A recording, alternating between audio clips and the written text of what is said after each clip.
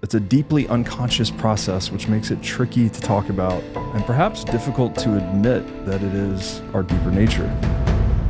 And Girard calls this mimesis. If there's one crab climbing out and another crab pulls him back in, it doesn't actually serve the self-interest of the one that's pulling it back in. This gets to that old saying, right? Misery loves company. So it is through the gospel accounts of Christ that the unconscious process of human imitation and rivalry and scapegoating and collective violence were made conscious. And this harkens back to an amazing Carl Jung quote, who said that until you make the unconscious conscious, it will direct your life and you will call it fate. And this is hard to do, right? You got to make the unconscious conscious. But the next time you find yourself mindlessly imitating a mob, especially when that mob is victimizing someone, you should really try to stop and ask yourself,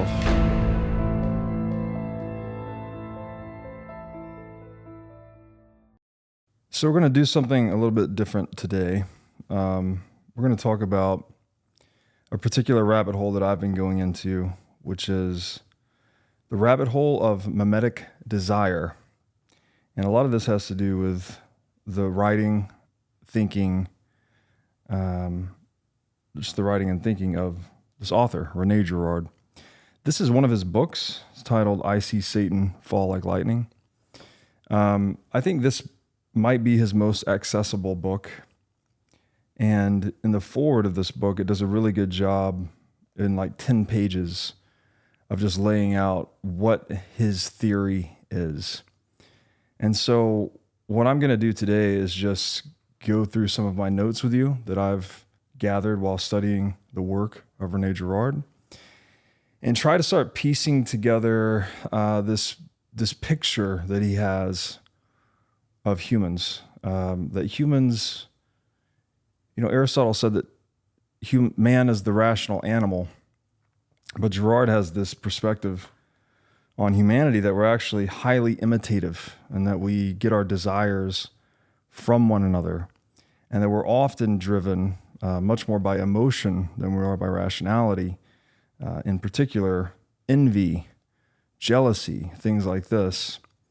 And Girard's perspective is that we actually get our desires from one another. So we start to model our parents initially right out of the womb. And then later on, as we go on to develop our personalities, we mirror those around us. And so we're constantly engaging in this imitative process back and forth. But this is something that occurs below our conscious awareness. So it's a deeply unconscious process, which makes it tricky to talk about and perhaps difficult to admit that it is our deeper nature. Now, Girard did a lot of his writing, I think this is like in the 70s and 80s. And so when he started doing this, there wasn't as much science supporting imitation. But today, since his writing to today, so the past 50 years or so, there's been an incredible amount of scientific evidence that has emerged that supports his thesis. So I'm going to go through, again, kind of the forward to this book and some of my thoughts around mimetic desire. And I hope to do more of this because this is something I found to be extremely interesting. You might be wondering, what's the relationship to money or economics? But I think, if money is the universal medium of exchange, I think this is actually the most essential form of exchange. It's like cultural exchange, that we're transmitting cultural knowledge or cultural data through our acts of imitation, basically. So, monkey see, monkey do, so to speak. We even have this in our verbiage, right? When we say, oh, I'm aping someone else, like you're just imitating them somewhat thoughtlessly. So it is as significant, if not more significant than rationality, I think, imitation. So without further ado, I'm going to jump into some of this. René Girard's study of anthropology focuses on human desire and the cascade of consequences it creates for human beings. So again, desire is not something that's innate in us, that's like inborn. It's something that we acquire from the cultural milieu into which we are born. And Girard calls this mimesis. This is the ancient Greek word mimesis, or often mimetic desire. Mimesis is the ancient Greek word from which we get words like mime, mimic, and imitate. And for purposes of this conversation, I'm going to use these terms somewhat interchangeably. Mimesis, mimetic desire, and I'll try to just keep it simple and say imitation, so we know what we're all on the same page about it, let's say.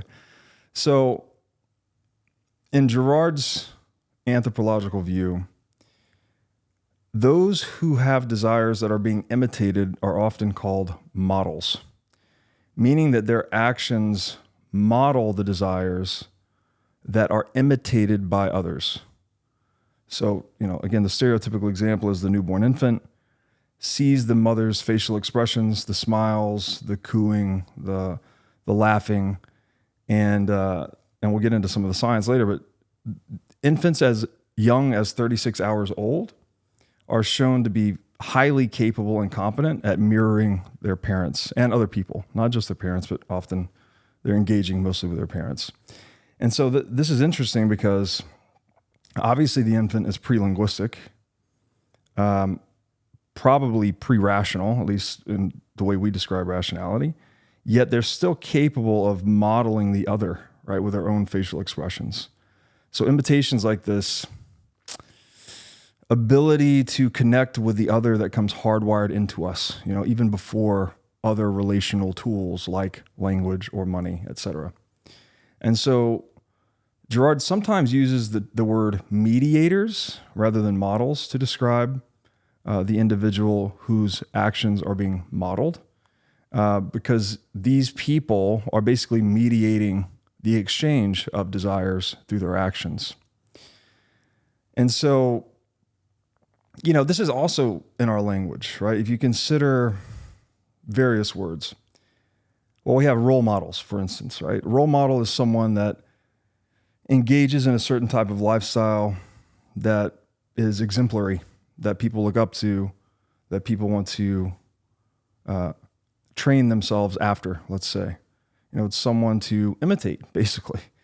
We also have things like fashion models, which very explicitly wear clothes and walk on runways and appear in magazines and social media. And they're basically broadcasting that signal, right? They tend to be tall, good-looking, genetically fit people. And they're broadcasting to other people that, hey, these are the types of clothes you should wear, right? They're actually modeling clothes for people to imitate their outfits. You could also see this in like even legal mediation, right? When you have a mediator sitting between two antagonistic parties, it's someone that sets the tone for cooperative interactions between these antagonistic parties in a legal dispute. So it's someone that's modeling the behavior that they expect to see in the parties. So, as I said at the top, which is what makes this so interesting yet so difficult to talk about, is that mimesis is an unconscious process. So hard to talk about, hard to study, very difficult to fully understand. But I mentioned this earlier, but there are studies by developmental psychologists Meltzoff and Moore that show newborn babies can imitate facial expressions as early as 36 hours of age. This means that infants are essentially, and I'll read an excerpt here. This means that infants are essentially social beings at birth and can connect the concepts of self and other, at least in some primitive fashion, even before gaining a grasp of language. So this was a very profound empirical discovery. There was this notion of the tabula rasa, that the child was born as kind of a blank slate, and that all of their experiences and nurturing sort of determine which direction they went in their life or their arc of character development. But this discovery of imitation in the newborn infant was again an empirical discovery that actually showed that child psychology is not the blank slate. There is some pre-programming built into it, and this connects child psychology to very deep domains like philosophy, anthropology, sociology, even economics and neuroscience. And again, it's not just, we're kind of focusing on the infant as the origin point, but this also, you see this imitation in many other places. So a lot of studies show that in successful psychotherapy sessions, the mutual mirroring of bodily motions is common between therapists and patients. We also know the mutual mirroring of bodily motions is rampant between lovers, and is even more pronounced in parent-child relationships. So you may have heard the jokes, like people that have been in a relationship so long, they start to look like each other, or they start to finish each other's sentences, or they start to act like each other. Sometimes people even joke that people are like pet owners start to look like their dogs, or their dogs start to look like them. So there's this, I think what Girard is kind of scraping the surface of is something much deeper, and that is, we've known since Einstein said that E equals mc squared that basically everything is made out of energy, right? Even matter is just a frozen form of energy. So everything is a vibrational pattern. And so when you bring two different vibrational patterns into proximity with each other, they start to synchronize over time, right? We all know that you put enough women together in one place for long enough, their menstrual cycles start to synchronize. We just mentioned the dogs and the relationships, and there's this concept in physics actually called entrainment. And if you put one harmonic pattern near another one, eventually those two patterns will start to synchronize. If you hit a tuning fork that produces a certain frequency, and you move it near another tuning fork that's receptive to that same frequency, it will start to vibrate as well. So this is a matter of vibrations coming into contact with each other and starting to mutually influence each other, is the way that I see it. So there's a Google AI response here, which I'll read. Google AI says about mutually imitating lovers that you might have noticed that some couples have very similar reactions to things. They look alike, talk alike, and gesture alike. This is called behavioral mimicry and is a fundamental characteristic of people. We tend to mimic the behaviors of those who we love or admire, like their facial expressions and hand movements, unquote.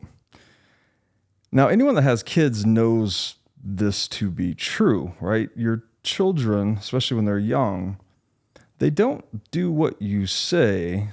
They really do as you do, which makes raising kids such a useful form of psychotherapy, because your child is always mirroring back to you in a very highly imitative way your actions, right? Which allows you to see how you actually are, not, beyond the story you may be telling yourself about yourself. You just see kind of the good, bad, and ugly of your patterns of action in your child. And if you want to correct your child's patterns of actions for any reason, the answer is not to, there is a part of it where you're telling them the why and, why we don't do this and whatnot, but that takes time to develop reason. The shortcut really is to start and embody those patterns yourself and watch your child follow suit. So children give us this amazing ability to see ourselves through the eyes of others and, overcome or at least see our psychological or characterological blind spots that we may have. And so this is something very deep, right? It's something we're doing all the time. It's a game you can't opt out of. I think we're just always imitating one another. Again, very unconscious. That's why I think a lot of people sort of resist this idea at first. Like, what do you mean? No, I'm in charge of myself and I decide what to do. And I'm not saying Girard's entirely correct. I think there are some basic desires that we all have, right? Like food, sex, shelter, etc. But when you get into the finer, more cultural things, there does seem to be a very significant influence of imitation. And so since we do this, since we imitate one another unconsciously and throughout our entire lives, this really challenges the post-Enlightenment notion of the purely isolated, rational individual. That's, the Aristotelian notion, basically, of the individual that's just pure and untainted. And so rather than being individual, obviously this is challenging for a show that espouses a lot about the values of individual life, liberty, and property, but the messy biological reality and psychological reality that we are in is more so interdividual, is the term that Girard uses. And that our notion of our mind, even, it actually occurs between individuals rather than being a strictly brain-bound phenomenon. So, there's a continuum, right, between kind of our perceptions and our actions, our physical engagement with one another and with material reality, up into our thoughts, our habits, our patterns of character development even. And so, and in many ways, which we'll get to in a bit, this starts to sort of look like a brain of some kind, that we're all participating in like a global brain, where each one of us is like a mirror neuron, which I'll get into shortly. So, since mimesis is virtually always happening below the surface of our conscious awareness, it is the primary means of transmitting cultural information across space and time. People who are deemed to be imitation worthy are often those at the top of cultural hierarchies. In fact, this is basically what defines being at the top of a cultural hierarchy, is that you are an imitation worthy person. These are often movie stars, athletes, today social media influencers, musicians, etc. Actually, if we zero in on acting's an interesting one, right? Because it's an art form that is quite simply professional imitation. I mean, actors are just role playing, right? They are recreating either a fictional or a historical narrative.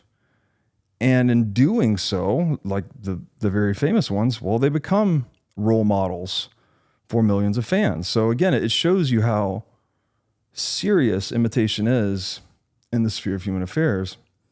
And then, of course, we have the old adage, right? Which is, how does it go? Imitation is the sincerest form of flattery. So it doesn't matter so much what someone says about you. If they try to dress like you or act like you or talk like you or move like you or whatever the thing is, that tells you, that's the highest compliment, I guess, someone can pay you. So to give you an idea of how profound Girard's theory of mimesis is, I'm going to read a passage from page 2 of this book, Mimesis in Science.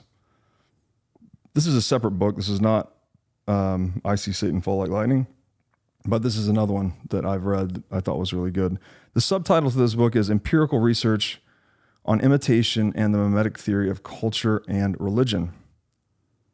The author writes, quote, "Mimetic desire, as Girard perceived it, was an essential yet paradoxical feature of human relations that generated social bonding and affiliation, as well as intense forms of competition, rivalry, and even violence. From this understanding, Girard went on to interpret a wide range of anthropological texts and phenomena.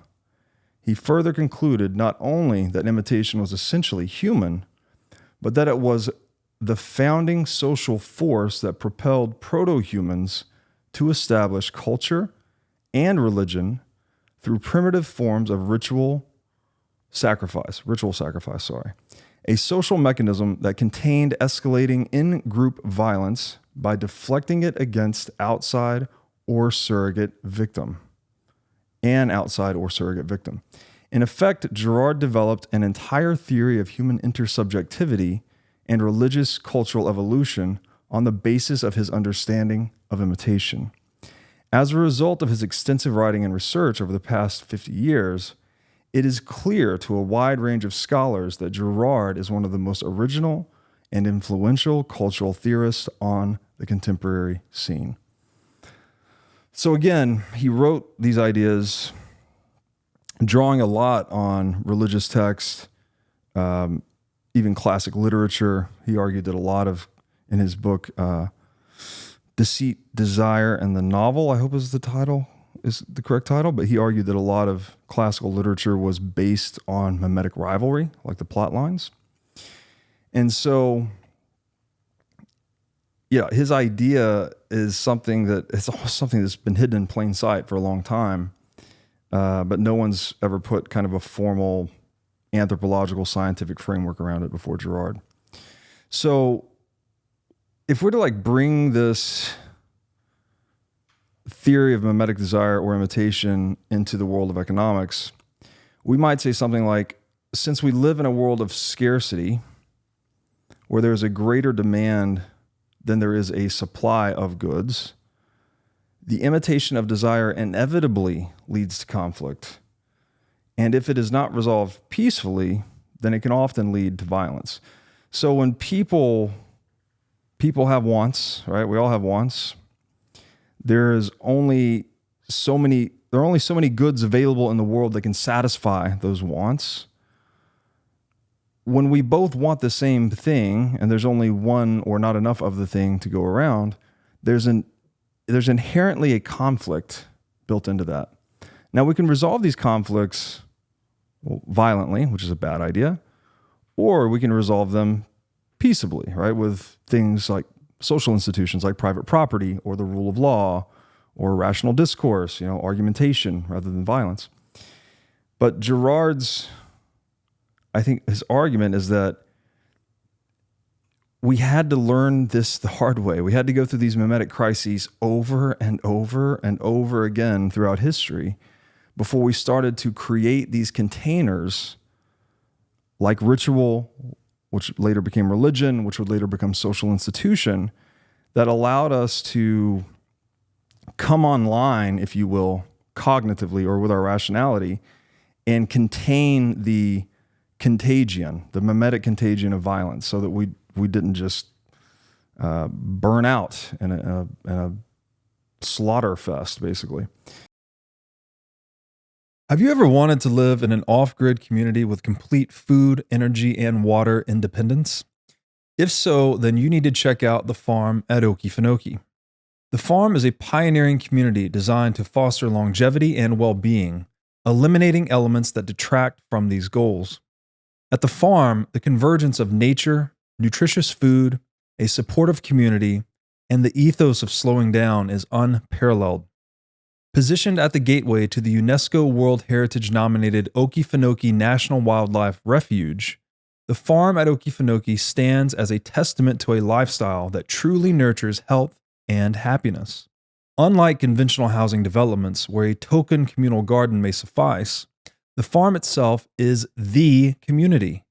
Small, intimate micro-villages seamlessly integrate into the fabric of a sprawling agricultural community. So if you're interested in joining this off-grid community, then go to okefarm.com today to learn more about becoming a member. Make sure to tell them that I sent you for a $21,000 discount on their custom cabin pricing. Again, go to okefarm.com to learn more about joining this revolutionary regenerative agriculture community. Forget multivitamins and other supplements. Animal organs are the most nutrient-dense foods on the planet. You can get 100 times more nutrients from organs than you can from muscle meats. But the problem with eating organs is that they are difficult to find in stores, they are difficult to prepare, and even when they are prepared well, they often don't taste great. Thankfully, Heart and Soil Supplements has made consuming organ meats so much easier by providing powderized organs in capsule form. Organ meats include everything your body needs to thrive: vitamins, minerals, peptides, proteins, and growth factors. This is why organ meats were the most prized foods for our ancestors. Fortunately for us, Heart and Soil makes these treasured foods easily accessible. So go to heartandsoil.co today and use discount code BREEDLOVE to get started on your journey to optimal health and vitality. Again, that's heartandsoil.co, discount code BREEDLOVE. Have you ever wanted to start a business in the Bitcoin space? If so, then the Wolf Startup Accelerator could be for you. Wolf is the first startup accelerator dedicated exclusively to businesses developing in the Bitcoin Lightning Network. 4 times each year, Wolf brings teams from around the world to New York City to work with like-minded entrepreneurs, pushing the boundaries of what's possible with Bitcoin and Lightning. The program is designed to help early-stage companies achieve product-market fit, develop their brand, secure early-stage funding, and grow businesses that fuel the global adoption of Bitcoin. Go to wolfnyc.com to learn more or apply today.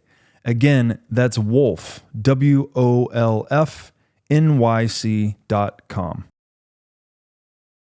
This is where Girard starts to connect his theory to the Gospels. Girard argues that the Gospels of the Bible unveiled this unconscious mechanism of imitation in the Passion of Christ, which is the crucifixion story of Jesus Christ. Now, in this story, as most people know, Jesus Christ is the innocent victim who is crucified by the crowd, yet is later vindicated through his resurrection from the dead. And from Girard's perspective, the disciples of Christ actually undergo a complete conversion as they move from being lost in the mimetic desire of the crowd to later imitating Christ, which occurs through their experience of his resurrection. So there's I think it's Peter was one of the disciples of Christ that Christ told him the night before that he was going to forsake him or betray him. And forgive me if I'm not saying this perfectly correct. And Peter said, "Oh, there's no way I'm going to do that." But then the next day when the crowd is starting to mobilize to lynch Christ, Peter becomes mimetically involved with the crowd, and actually, kind of turns against Jesus for a time. So there's a lesson in there that, despite his promise, he was swept up in the frenzy or the madness of the crowd. And so, again, Girard's view is that this unparalleled ability for imitation is the primary identifying characteristic of human beings. And again, we're beating up on Aristotle at the beginning, but he actually wrote about this too. He said, Aristotle wrote, "Man differs from the other animals in his greater aptitude for imitation." However, and this is where it gets tricky, it's not necessarily an instinct. It's not, it's something that, the newborn infant is hardwired to imitate the parents, but there's this potential that's coming online at the same time, because had the infant not had the parent around, they wouldn't have had the model to imitate, so they wouldn't have done it on their own. So it's not an instinct, right? Like where, I don't know, what's an example? Any wild animal that lays eggs, or the tadpole that eats a fly, they kind of do it on instinct oftentimes. They don't have the parent there to model it for them. They actually have the behavior encoded into them. This is subtly different because it's not hardwired into us. It's just the imitation is hardwired into us. And so there's a potential that must be activated for the infant to become human, and it becomes actual as the infant observes and imitates others. So, and again, we'll talk about mirror neurons now. This discovery occurred in 1992, which was well after the formulation of Girard's theory. But it's very important to bring this up because, again, I think that, there's the old saying, as above, so below, or we know about the nature of fractals now, where nature tends to be self-similar, yet non-repeating at different scales. Classic example, the pebble, the stone, and the mountain are basically the same structure, just at three vastly different scales. So, as we were saying, although the discovery of mirror neurons came in 1992, which was many years after the formulation of Girard's theory, it's important that we bring them up here because, again, mimesis is kind of a theory where we are like mirror neurons for one another and like a kind of a global human collective mind, if you will. So with that, I'd like to read another excerpt from the book Mimesis and Science.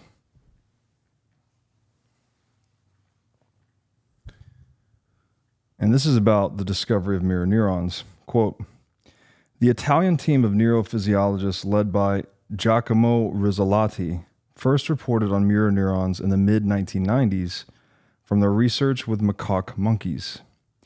Using single-cell electrodes to record neural activity, they found that individual neurons were activated while the monkey was performing a particular goal-directed motor sequence, such as grasping a piece of food with its hand, would equally become activated while the monkey simply observed the experimenter performing the action.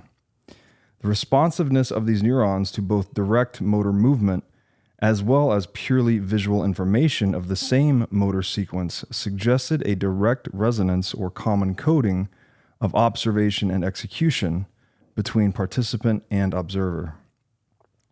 This discovery has been considered revolutionary in part for its contribution to understanding many unanswered questions concerning primate social cognition, including the neurophysiological basis of imitation in humans. Rizzolatti and his colleagues explain why. Quote, "The novelty of these findings is the fact that, for the first time, a neural mechanism that allows a direct matching between the visual description of an action and its execution has been identified. Such a matching system constitutes a parsimonious solution to the problem of translating the results of the visual analysis of an observed action into an account that the individual is able to understand." And the author goes on to write, "In addition to the neural correlates of imitation, the functional significance of mirror neurons is also thought to contribute to many interrelated facets of social cognition in humans, including empathy, affective resonance, action representation, communication and language, and theory of mind. Additional theoretical speculations stemming from research on mirror neurons address their significance in helping to explain not only the underlying mechanisms of such skills, but also their evolution across species. For example, it has been argued that differences between human and non-human primates may be due more to cortical rewiring rather than simply brain size or the acquisition of unique brain structures. In other words, mirror neurons and the evolution of a more complex mirror system or imitative brain may have contributed significantly to a wide-scale cerebral reorganization, allowing for the coevolution of more complex social and representational skills across primate species." So, in Girard's view, if we're going to analogize the individual human being to an individual mirror neuron in the collective cultural brain, if you will, of the human race, the same neurons fire when we see someone performing an action or when we see ourselves perform the action. All right, so you watch a guy driving a nail, the same neurons are firing as if you were doing it yourself. And so therefore, it stands to reason that seeing others performing certain actions unconsciously encodes us to perform similar actions in the future, right? In a word, to imitate them. Sounds simple enough, but the consequences of this unconscious process of imitation we call mimesis are truly mind-blowing. So now I'll go a bit into Girard's theory. And a key word in Girard's theory is the word scandal. Scandal translates from the ancient Greek word scandalon, which means either a stumbling block, an obstacle, or a snare. Scandalon has a derivative word, which is scandalizo, which means to cause a scandal, and comes from the root word scadzo, which means I limp. So think about a scandal as being an obstacle or a trap or a stumbling block, something you trip over. And Girard writes on page 416 of his magnum opus, Things Hidden Since the Foundation of the World. And just a quick side note, what originally got me into, I heard a lot of people talking about Girard and how much they liked his work, but one of the inflection point, I guess, for me was when someone recommended this particular book and said it was Peter Thiel's favorite book. And so Peter Thiel's obviously founder of PayPal.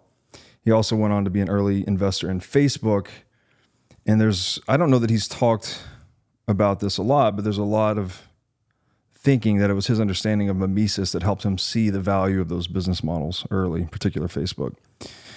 So again, this is an excerpt from Girard's book, Things Hidden Since the Foundation of the World. He writes, "The scandalon is the obstacle/model of mimetic rivalry. It is the model insofar as he works counter to the undertakings of the disciple, and so becomes an inexhaustible source of morbid fascination. This is exactly opposite to how love in the Christian sense works. As 1 John 2:10-11 reads, he who loves his brother abides in the light, and in it there is no cause for stumbling, scandalon. But he who hates his brother is in the darkness and walks in the darkness, and does not know where he is going because the darkness has blinded his eyes," unquote. So Girard means specifically a situation that comes about when a person, a group, or a mob feels themselves to be blocked or obstructed in the realization or attainment of their desires, right? Some specific object of power, some type of prestige, even some form of possession, right? Like a physical property or a piece of art or something that someone wants, that the model possesses, right? The individual whose desires are being imitated, or even if they don't possess it, if they're perceived to possess it, that the imitator feels blocked in obtaining the object of desire from the model. Yet at the same time, this person, group, or mob cannot obtain what the model has because, either they cannot displace the model, or because the rivalry between others who are also modeling their desires from the model, there's so much rivalry, right? So many people are trying to get the thing that this guy has that the others in the mob, the rivalry becomes so intense that everyone prevents everyone else from succeeding. So what's like an example here? If you imagine like Tom Brady is the quarterback, but say there's like 10 other quarterbacks that are all vying for that position, right? They all want the starting slot on the team. Well, they would try to compete on merit, right? To prove that they are the guy that should start. But there's another path where they could try to like undermine each other. The number 2 guy or the number 4 guy could try to, steal the socks of the number 2 guy or whatever the thing is. And so what Girard's getting at here is like that type of rivalry directed at a model can become so intense that it actually prevents those that are having their desires modeled from obtaining them. And so this is what he calls, this is the mimetic rivalry component. Like when people start sharing their desires for a scarce resource or position or, status in the social hierarchy, whatever the thing is that's of limited quantity, that people can become very competitive over it, and they start to basically step on each other's toes, so to speak.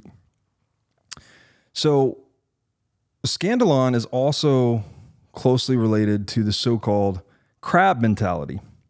And I'll read a quote here.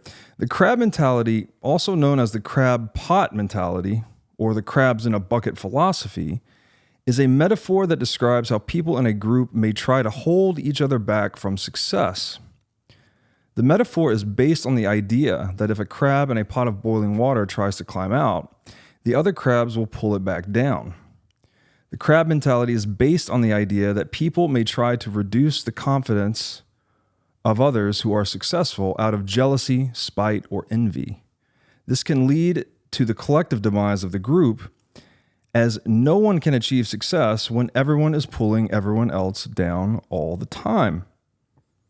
So again, if you think about this, the crab bucket philosophy, if you will, it actually doesn't serve the self-interest of the crab. If there's one crab climbing out and another crab pulls him back in to be boiled and killed with all the rest of them, it doesn't actually serve the self-interest of the one that's pulling it back in. Yet this is what we observe. I mean, presumably this is kind of a metaphor. So presumably this is what crabs do. This gets to that old saying, right? Misery loves company. So if people aren't succeeding or they're not, they'd rather just see no one succeed than to see someone succeed and the rest of them not. But that is actually counter to the collective interest of our species, right? You would want someone to succeed. You'd want one crab to get out and go on and reproduce and make more crabs, as opposed to all the crabs just boiling in the pot. The crab mentality is also similar to something called the tall poppy syndrome, which describes a cultural trait where people resent, undermine, or attack successful people. Tall poppy syndrome is a similarly metaphorical phenomenon that occurs when people are criticized, resented, or attacked for their success or achievements. The metaphor is based on the idea that a poppy that stands out from the others ruins the sight line and demands attention instead of blending in. You could put this in few words by saying it's the tall blade of grass that gets cut first. So scandalon tends to be directed at people that are different or stand out in some way. So we could almost use these terms interchangeably in a way, right? Scandalon, crab mentality, or the tall poppy syndrome. When one of these situations occurs, and it occurs often enough, there can actually be an accumulation of scandals, which again is people being blocked from the realization of their desires, that eventually so much antagonism builds up that the steam has to be let off, so to speak. Otherwise, the social fabric can be torn apart with reputational attacks, betrayal, the breaking of explicit agreements, and ultimately violence. So when this happens, all of those involved in the tangle of rivalry will turn their frustrated desire against a single victim who's widely believed to be the offender causing the original scandal. Girard calls this unconscious process of scandal reaching its breaking point and resulting in collective violence against a single target. Girard calls this the single victim mechanism, also called scapegoating. So in Girard's theory, it is the process of victimization itself, which is Satan, actually. This is so fascinating because we typically think, you hear the word Satan and it just sounds like this character that, comic book character almost that represents evil, or a fairy tale character that represents evil. But Girard is making a case that no, there's an actual interdividual psychological dimension to human being that manifests in our social dynamics as a process of victimization, right? Where we actually victimize others. We blame these scapegoats or single victims, as he calls them. We blame them for what mimetic contagion or imitated violence causes, right? That's the actual source of the problem, is the imitation. But we end up pointing all of that antagonism towards one individual. So that process of victimization is like a technical term Girard uses to describe Satan. So this is Satan in both a mythological and an anthropologically technical sense, right? This is not, this is a very precise term in Girard's anthropology. So we might ask ourselves, who is Satan? Well, Satan, or the devil, which are interchangeable terms in the New Testament, is often called the accuser. It is the power of accusation and the power of the process singling out and eliminating a victim in the belief that it will eliminate a community's troubles, right? That the single victim mechanism, that you can just blame all of this on one scapegoat, kill the scapegoat, and everyone will be at peace. It's, again, this unconscious process. And so in the single victim mechanism, which is the satanic process of victimization, the real cause of the community's troubles is the contagion of imitation, which eventually triggers the desire to escape from disorder, which in turn eventually triggers the identification of the victim. Right? Everyone wants it to stop. Everyone, through imitation decides, oh, there's one person that's at fault here. And this person that stands apart from the mob, the tall poppy, so to speak, according to the mob's false belief, they must be eliminated to restore peace. Now, Satan is also called the quote-unquote prince, or the quote-unquote first one of this world, which we could equally say Satan is the quote-unquote principle, or the quote-unquote first law of both order and disorder in worldly affairs, according to Girard. So what does that mean, right? The prince of both order and disorder. Well, firstly, this reciprocal mimetic process of victimization, which we've labeled Satan, is the first law of disorder because he represents rivalry and scandal, right? This is Satan is being rivalrous to God, right? We say rivalrous to love, right? This is jealousy trumping love in a way. And it's a stumbling block to mankind. Right? When this mimetic violence reigns uncontrolled, it is pretty devastating, right? It tears societies apart. And then on the other hand, this reciprocal mimetic process of victimization known as Satan is also the first law of order because he represents the single victim mechanism that is ultimately triggered at the height of the disorder. And so we could look into the Bible for some insight here. As Matthew 12:26 reads, Satan cast out Satan, unquote. So at the extreme moment just before the mob self-destructs through unchecked imitation of victimization and violence, a single target is attributed all the blame and becomes the victim of a collective murder that restores peace. Do you want to give your kids a foundation of freedom and understanding of Bitcoin and a healthy skepticism of government? Then you should try Tuttle Twins. It's a cartoon about a grandma with a time-traveling wheelchair who takes her grandkids on hilarious adventures to learn about economics and freedom. Think the education of Magic School Bus meets the comedy of The Simpsons. With Tuttle Twins, your kids can learn about Bitcoin from Satoshi Nakamoto, civil disobedience from Harriet Tubman, natural rights from John Locke, and how to destroy the economy from Karl Marx. Today, Hollywood greenlights a lot of woke content or mindless garbage. Each episode of Tuttle Twins is parent-funded, parent-vetted, and only released when it's parent-approved. Because Tuttle Twins is fan-funded, it was the world's first kids show to teach about Bitcoin. That episode alone has been seen over 40 million times and was tweeted about by Michael Saylor. You can watch episodes of Tuttle Twins for free right now. And if you like what you see, you can use code Breedlove for 10% off a subscription to the Angel Studios app and watch all of the episodes. So go to angel.com/Breedlove to discover Tuttle Twins today. And remember to use code Breedlove for 10% off.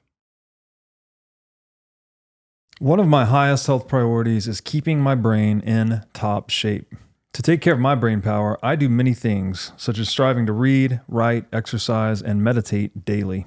One of the latest tools in my brain power toolkit is MindLab Pro. MindLab Pro is a nootropic supplement that is scientifically proven to enhance your brain power. When I take MindLab Pro, my mind feels like it has a better grip on the world, my thinking is more lucid, and the articulation of my speech is radically improved. MindLab Pro has been tested in rigorous, double-blind, placebo-controlled human trials and has been proven to enhance brain power for users in every age group. MindLab Pro is an advanced formulation of 11 nootropic ingredients and is backed by research from over 1,400 human trials conducted over the past 32 years. So if you're looking to enhance your brain power, MindLab Pro is an excellent solution. Go to mindlabpro.com/breedlove to start enhancing your brain power today. Again, that's mindlabpro.com/breedlove. Before starting the What is Money show, I spent most of my career as a CFO, overseeing internal technology implementations and business acquisitions. Over the next 10 years, it is projected that over 12 million businesses in the US will be sold. If you are an operator running a business generating between $5 and $200 million of revenue, and you're considering selling your business within the next decade, then there is a significant opportunity for you to deploy technology to streamline business processes, reduce operating costs, and enhance the multiple your business ultimately sells for. To this end, I am partnering with the team at Emerge Dynamics, a firm with decades of experience in maximizing the value of privately held small and middle market businesses. Go to emergedynamics.com/breedlove to learn how you can build an attractive, high multiple company that maximizes your return when you fully exit. Again, that's emergedynamics.com/breedlove. Now, I'll read another scandal here. Another excerpt here. This is from page 7 in the foreword to I See Satan Fall Like Lightning. Satan and scandal thus overlap, but scandal describes primarily the process of desiring, then stumbling over models who are rivals and obstacles, and finally assigning blame, which leads to victimization. Satan describes primarily the mechanism of accusing and lynching a victim. Satan and scandal are key terms for understanding mythology, unquote. So how is mythology related to Satan and to scandal, according to Girard? So Girard argues that a comparison of various religions and their sacred stories is important for understanding the revelation of humanity's imitative nature according to the Gospels. So again, Girard sees our wisdom traditions and religions as stories that emerge. We're telling ourselves stories about ourselves over time. But it took a long time before we had this epiphany, I guess, that occurred in the Gospels. And so Girard says that these comparative religious studies have missed the mark in two really big ways. One, the comparative studies of religion have failed to notice that myths are not purely fictional, but rather that they disguise real violence. So even this term is so embedded in our world today, where we equate the word myth with untruth, right? We say, oh, that's a myth. That means it's not real or not true. Girard would take issue with that. He would say, okay, sure, maybe these characters and stories and the literal interpretation of these myths would make them seem fictional, but they're actually allegories for real psychological and social processes. And they often are describing violence. These are not just fanciful fictional fairy tales. There's an element of storytelling where we're learning about ourselves over time, basically. And so secondly, these comparative studies of religion have reduced, this is Girard's second criticism, these comparative studies of religion have reduced Christianity to merely another myth because of the similarities between Jesus' death and the resurrection and dying and rising of gods in classical mythology. So Girard argues that underlying classical mythology is evidence of real social crisis, real violent contagion, and real disorder. And there's also a lot of evidence that these crises that were resolved by violence, that basically Girard's right? That a lot of these societies had collective violence against a single victim, often in a ritualized format, right? We've heard about human sacrifice, eventually gave way to animal sacrifice, and We still have the notion of sacrifice with us today, but it's become more about, sacrificing time or resources to do something rather than actually physically slaying an animal or person. And so the murder that in Girard's view is at the foundation of every society is covered and disguised due to the false belief that lies at the origin of every myth. And again, that is the false belief that the victim really is the source of the troubles afflicting the group, the community, or the mob. When, of course, the truth is that the actual source of the community or group or mob's troubles is the contagion, the mimetic contagion of violence and the process of victimization itself. Satan, right? The process of accusing a victim and assigning all the blame to an individual, murdering them, and thinking that is what will fix it. But what you've done is you've just buried the unconscious process again, right? You have not solved the root cause. You've just created a temporary peace or tranquility that will ultimately fall again in the future. And so this is Girard's view of mythology, is like just one cycle after another of this. And so all of this is really built on the false belief of the community at large that the single victim is at fault, and this results in a transference of blame to that victim and eventually the exoneration of the community, right? That once they kill the victim or scapegoat the victim, that they are released and they've solved the problem. So according to Girard, the key difference between classical mythology and Christianity is the perspective of the storyteller in these stories. So myths are most often told from the perspective of the community or the mob, in which the victim is actually guilty, and thus the killing of the victim is what restores peace.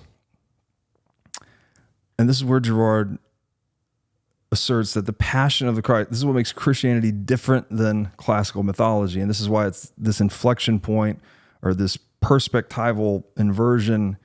I liken this to Copernicus, right? Like before Copernicus, we see the sun rising and setting for thousands of years. We think it's very obvious that the sun goes around the earth because we can see it, until along comes this guy named Copernicus, armed with really good mathematics. It says, actually, we have it exactly backwards. It's the earth going around the sun. And so there's a complete inversion of our perspective. We went from earth-centered universe to sun-centered, solar system, but universe at the time. And I think Christ is something similar, right? That we have this classical mythology that's always told from the perspective of the mob, and that the victim is always guilty and needs to be killed to restore peace. And again, this is Girard's view. And then the Christianity actually flips that perspective. In the Passion of the Christ, it's told from the perspective of the victim, Jesus of Nazareth, who demonstrates that he is innocent and thus his crucifixion is unjustified, right? You see, if you've read the story, it's very clear that his murder was unjustified. And so, whereas myths always take the side of the community, the crowd, or the mob against the one who is accused of criminal acts, which again, this is the process described well in Girard's book, I See Satan Fall Like Lightning. You could check out the chapter, The Horrible Miracle of Apollonius and Tyana. There's a lot of commonalities actually between the Jesus story and classical mythology, but there's some key differences too. So what are some of those similarities? In both stories, the god or hero dies and rises again. In the story of Tyana, the central figure is dismembered and consumed, which parallels the Christian Eucharist, in which believers consume the body and the blood of Christ.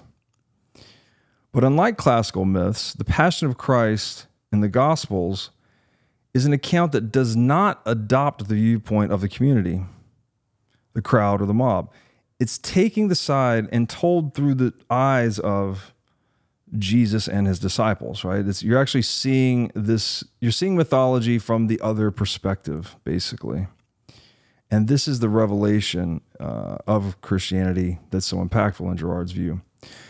So Christ, who gives himself over to God and lets himself suffer and die because of Satan's work, which again is just the process of victimization or mimetic contagion. In other words, because of the reciprocal mimetic process of victimization and violent contagion known as Satan, Jesus sacrifices himself to reveal this mechanism to us. That's Girard's more anthropological take on the passion.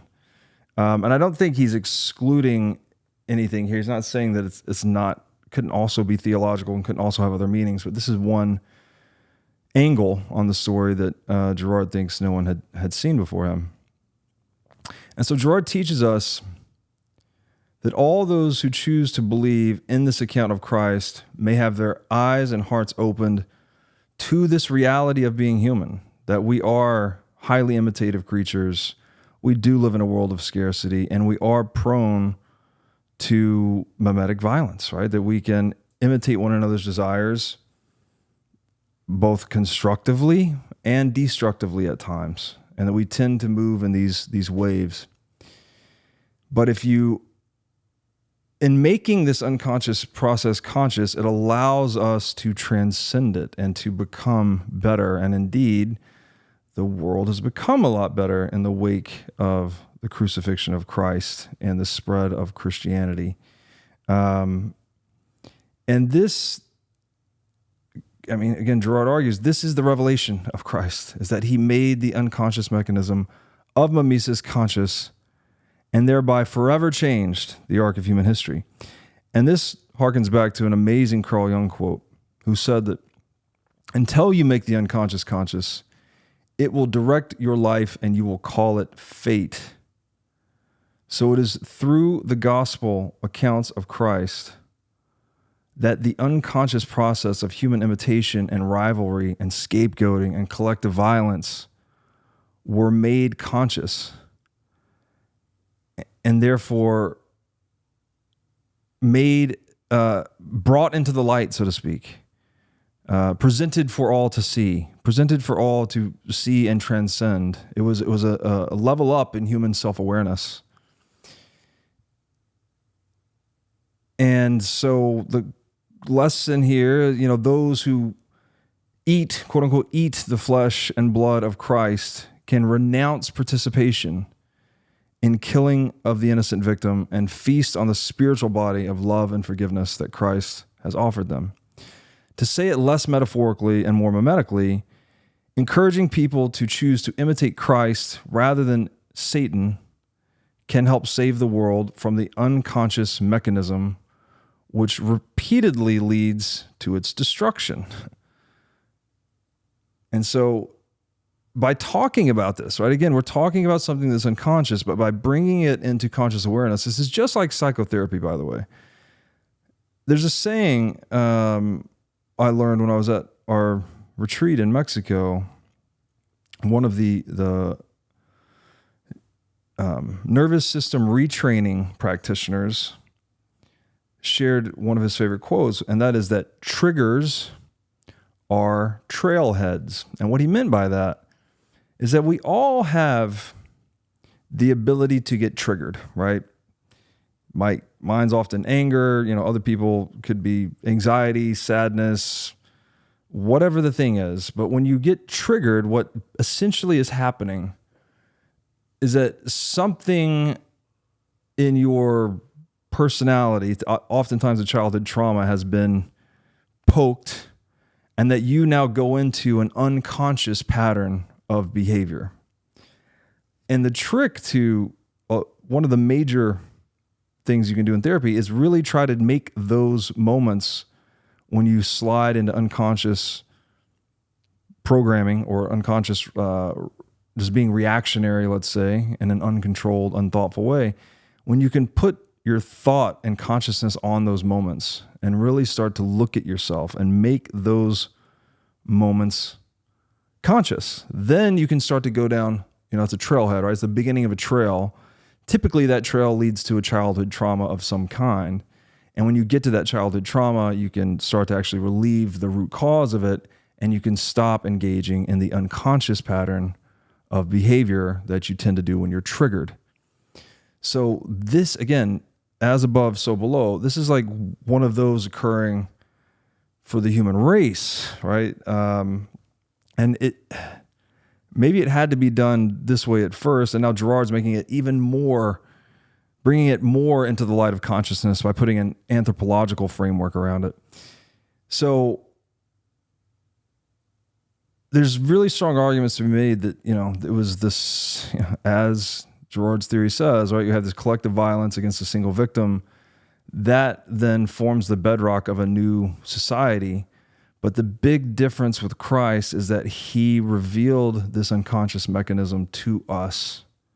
And so that we can now bring our own interdividual social psychology into the light and learn how we actually are and design a world that is accommodative to our psychological or physiological shortcomings, as it may be. And in this way, Jesus Christ is the cornerstone of the modern world. His name is elevated into a place that will basically live forever, right? So you might not believe in the actual physical resurrection of Christ because of whatever reason, right? You're very scientifically minded, but there is a way in which the name of Jesus does live forever. At least it lives as long as the human race will live, presumably. This reminds me of Ernest Hemingway, who said that every man has two deaths. One when he is buried in the ground, and the last time his name is spoken. And so Christ, regardless of your views on that, there's a lot of people that feel very strongly one way or the other about physical resurrection. But the part of his name living forever, I think, is pretty inarguable, right? It seems like that name is deeply permeated collective human consciousness and isn't going anywhere anytime soon. So regardless of whether you believe in the physical resurrection of Jesus Christ, it's difficult to deny that his name is likely to endure as long as we endure. And what was the principle? What was the great commandment of Christ? Basically, love God above all else and love thy neighbor as thyself. That's in Matthew 22, 37, 39. So herein, I think we discover the true value of belief, or may we say more accurately, the imitation of Jesus Christ. Doesn't really matter if Jesus Christ was or was not physically resurrected from the grave. Doesn't really matter if Jesus Christ was or was not the Son of God. Doesn't even really matter if Jesus Christ even ever walked the earth. Like, it could totally just be a story. All that matters is that Jesus Christ has given humanity this revelation about ourselves. And he helped humanity make the unconscious pattern of imitation conscious, thus enabling us to change our collective fate, as we mapped that onto what Carl Jung said. And by imitating Christ, we can overcome the process of victimization that is Satan. And as Jesus Christ taught us, that's what he said, I am the way, the truth, and the life. No one comes to the Father except through me, unquote. And so that might sound very presumptuous for someone to say, but when you look at it in this light, I think it's quite compelling that he has shown us a deeper truth about ourselves. And there was no way to rationally convey this message. This message had to be conveyed through the undergoing of the process and the documenting of the process and the long process of building a religion after the sacrifice of Jesus and around the sacrifice of Jesus, but one that was, contrary to mythologies prior to it, was actually told from the perspective of the victim so that we could see the truth. And the truth is that the victim is innocent and the guilt actually doesn't live in any one. It lives in all of our individual psychological proclivity for imitation, which can lead to scapegoating, violence, etc. So the next time And this is hard to do, right? You got to make the unconscious conscious. But the next time you find yourself mindlessly imitating a mob, especially when that mob is victimizing someone, you should really try to stop and ask yourself, are you intending to imitate Satan, or are you intending to imitate Christ? Now, of course, in the modern day, we don't have as many physical mobs as we used to. And although we're drifting towards World War III, it seems like, and there is a lot of violence escalating in the world, in general, we are less violent than we used to be. But a lot of this stuff plays out online, right? Cancel culture, you could say, is like a watered down version of this scapegoating thing, where whatever scandal erupts online and everyone points at a victim and says, oh, it's all this guy's fault for A, B, and C reason, or all this girl's fault. And then by canceling them, you're going to somehow restore peace. I mean, that is just, in my view, the same dynamic as we've seen before, but just in a different domain. So you do have to ask yourself, are you intending to imitate Satan, or are you intending to imitate Christ? If you don't like these words, by the way, you can pick different words. You can go into the Girard's anthropology, decide whether or not it makes sense for you, and choose to model yourself after different characters. But for better or worse, these are the terms that have emerged from Christianity, at least. And I'm not saying that there's not other views from other religions that might add more color to this. You know, I'm not as well versed in that, but I'm just relaying to you what I've learned through studying the work of Girard. So in asking ourselves that question, well, what does that mean? To imitate Satan is to participate in the process of victimization, whether of others or of yourself, right? People often like to make victims of themselves as well. This too, per Girard, would be a satanic process, right? It's self-victimization. And to blame scapegoats or to blame individuals for everything, well, again, in truth, if Girard is correct, it's caused by mimetic desire, or mimetic contagion, or just imitation in general. So to try to assign all the blame on an individual for what the dynamic between individuals actually causes is just a failure of understanding, frankly. This reminds me of a Chinese proverb that I really like. It says, the man who blames others has a long way to go. The man who blames himself is halfway there. The man who blames no one has already arrived, unquote. So blame is pretty useless. We really just need to try to make the unconscious conscious and take control of our lives as much as we can. So on the other hand, and apart from imitating Satan, we can choose to imitate Christ, which is to stand apart from the mob. You could say to practice the Bitcoin ethos of don't trust, verify, right? Don't just pick up beliefs and desires from others and run with them. Actually question and reflect. Is this something I want to do? Why do I want to do this? What are the circumstances that I'm currently in? What is the context? If you've ever been to a concert or a sporting event, you're in the crowd. The energy takes a hold of you.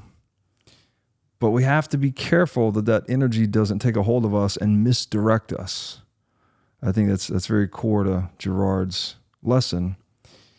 And so also to imitate Christ is to try and maintain our rationality amid the madness of crowds.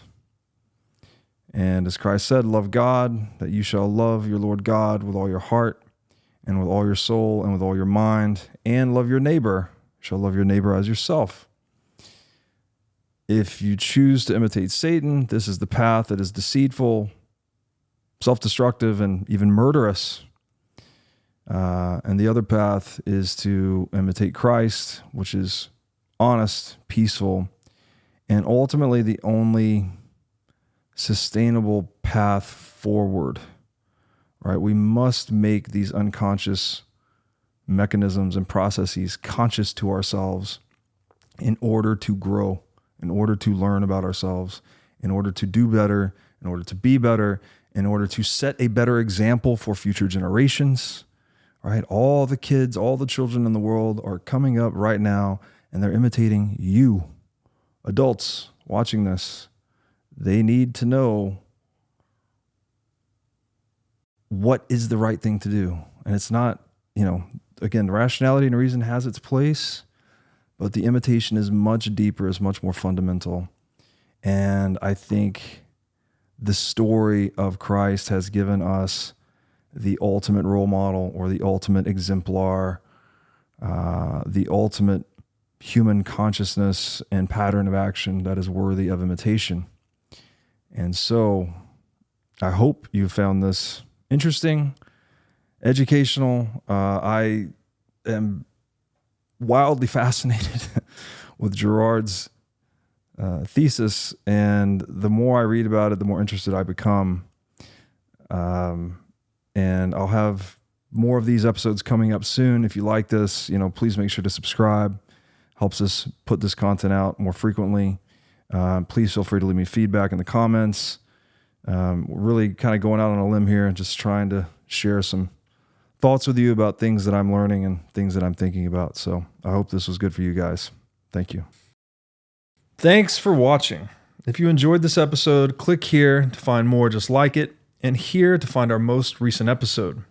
Also, make sure to like this video to help shine light on the corruption of money, and be sure to subscribe to this channel to stay connected.